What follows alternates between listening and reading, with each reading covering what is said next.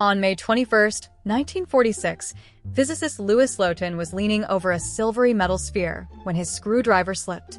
For a fraction of a second, the room flashed an electric blue and a wave of heat washed over his body.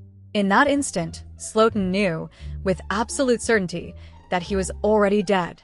What Slotin was doing had a nickname inside Los Alamos: tickling the dragon's tail. He was lowering a metal dome over a grapefruit-sized ball of plutonium, using nothing but the blade of a screwdriver to keep them a hair apart. The whole experiment depended on a tool you'd find in any kitchen drawer not slipping. That silvery ball was no ordinary metal. It was 6.2 kilograms of plutonium, a leftover core built for a third atomic bomb that was never dropped on Japan. When the war ended, it stayed in a lab as a test object. A sleeping weapons scientists kept poking to learn its limits. The blue flash wasn't fire. When the sphere went supercritical, it spat out an invisible flood of neutrons and radiation, so intense it ionized the very air in the room, making it glow. Slotin and the others literally watched the atmosphere light up around them, the visible signature of a nuclear chain reaction starting and stopping in under a second. Here's the detail that turns tragedy into legend. This was the second time that exact sphere had killed someone.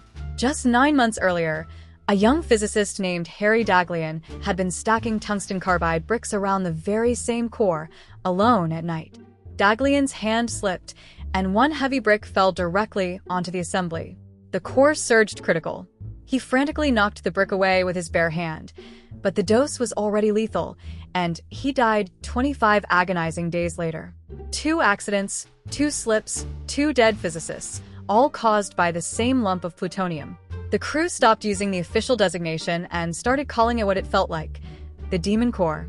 A weapon that had never seen a battlefield was quietly killing the people who built it. The terrifying part is how close to a true disaster these were. The core was already near the threshold where a chain reaction sustains itself. The metal dome and bricks acted as reflectors, bouncing escaping neutrons back inside. Push them just a little too close, and a passive ball of metal becomes a roaring reactor. In Slotin's case, his reaction may have saved 7 lives. The instant the flash hit, he flipped the upper dome off the core with his bare hand, breaking the reaction. He took the radiation meant for the whole room directly into his own body to shield the men standing behind him. He absorbed roughly 1,000 rads, a dose comparable to standing beside the Hiroshima blast. Slotin reportedly turned to the others and calmly told them their positions. Knowing the data would help doctors estimate how much radiation each man had taken. Then his body began to come apart. Over 9 days, Slotin suffered through nausea, internal radiation burns, and total organ failure as his white blood cells vanished. His hand, the one that touched the dome, blistered and turned to a waxy blue-gray before he died. After 2 deaths, Los Alamos finally banned all hands-on criticality experiments. From then on, the Dragon was tickled only by remote control, machines lowering the parts from a quarter-mile away while humans watched safely from behind concrete. Bravado was officially replaced by distance. And the Demon Core itself? It was never used in a weapon. By the summer of 1946, it had been melted down and recycled into the stockpile, its deadly plutonium absorbed back into other cores, its identity erased, but its legend permanent. The real lesson isn't about plutonium.